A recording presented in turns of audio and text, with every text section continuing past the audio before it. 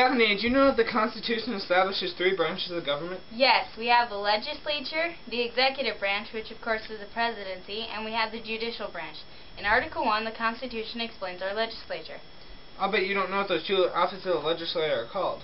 Sure do. The House of Representatives and the Senate. Together, they make up our Congress. There are differences between the 2 parts of Congress, though. The House of Representatives is elected every 2 years. If you have a larger state, because of your population, you get more representatives. Is that why the census count every 10 years is so important? Yes, the House is also the place where any bills for raising money, like taxes and fees, must start in the House. The Senate, though, is a little different. The senators are elected for 6 years at a time, and there are only 2 senators from each state, regardless of state size. The Vice President can also act as a tiebreaker in the Senate in the case of a tie. When our Congress wants to pass a law, both the House and Senate must agree to the exact same law, or the law cannot pass.